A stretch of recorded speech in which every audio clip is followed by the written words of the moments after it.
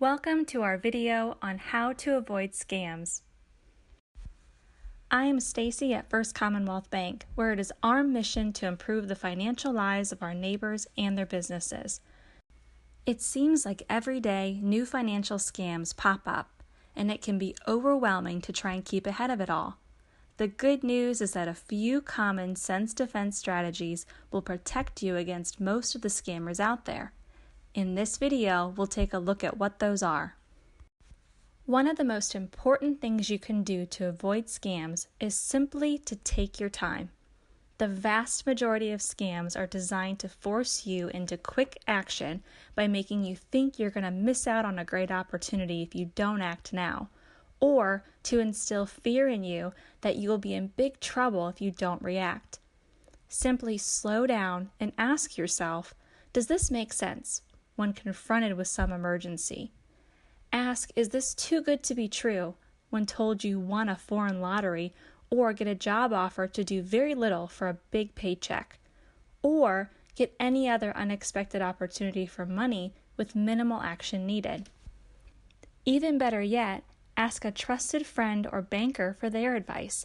If a family member ever contacts you out of the blue claiming to be in trouble and needing money, be sure to confirm that with someone else in your family. The grandparent scam has been around for a long time, so even if you know you will never fall for it, be sure to talk with your family members and friends about it. It is also a good rule of thumb to not send money to people you've never met face to face. Although there are perfectly honest people on the internet, it is very easy to pretend to be someone you're not. So be extra cautious when someone you've just met asks you for money, gift cards, or to receive money into your account and then return the funds to them via a wire, prepaid card, or even cash.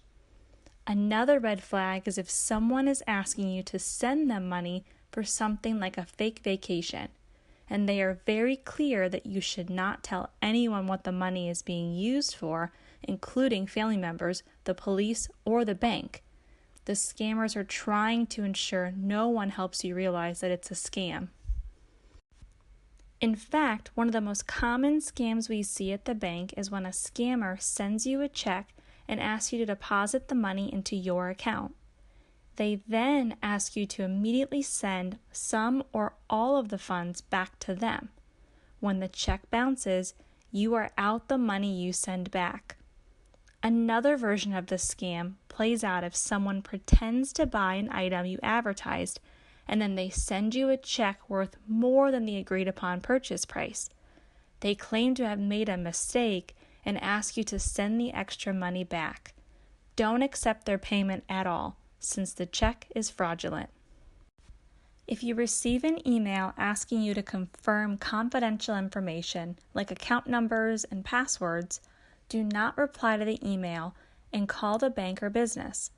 A great tip to protect yourself from scams is to make sure you are calling banks and businesses at the number you have, not the number included in an email or text. Scammers will try and trick you into calling their number instead of the actual number for the business.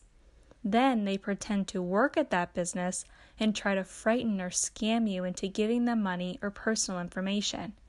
It is a best practice to only use the numbers you've saved in your phone or look up directly from the business website. Review your monthly statements and download your bank's app to keep an eye on your money and make sure there aren't any unauthorized transactions. Review all transactions. Some scammers will withdraw smaller test amounts to see if you notice anything amiss before they withdraw larger amounts. Many bank apps, including First Commonwealth's, allow you to set alerts if money above a certain amount is withdrawn from your account. Also know that the IRS will not call and threaten you even if you really do owe back taxes. Government agencies typically communicate via letter, and they never require immediate payments in the form of gift cards or other payments not sent to the U.S. Treasury.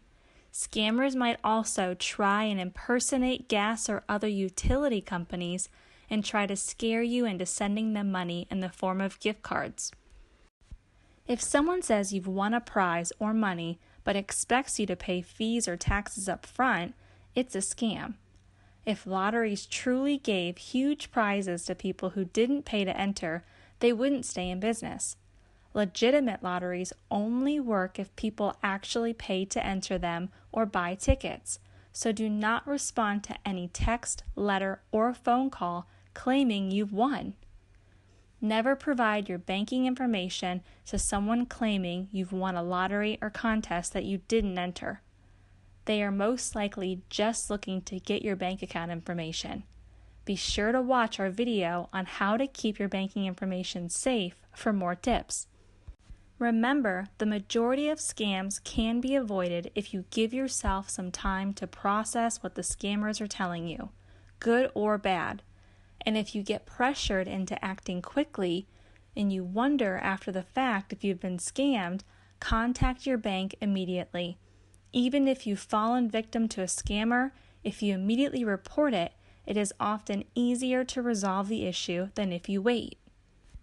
When it comes to protecting yourself, your money, and your assets, the more information you have, the better. Be sure to check out our video on how to recognize and avoid ID theft for more safety tips. And if you want to learn more about how different scams work, check out our Common Scams video. Thank you so much for joining us today.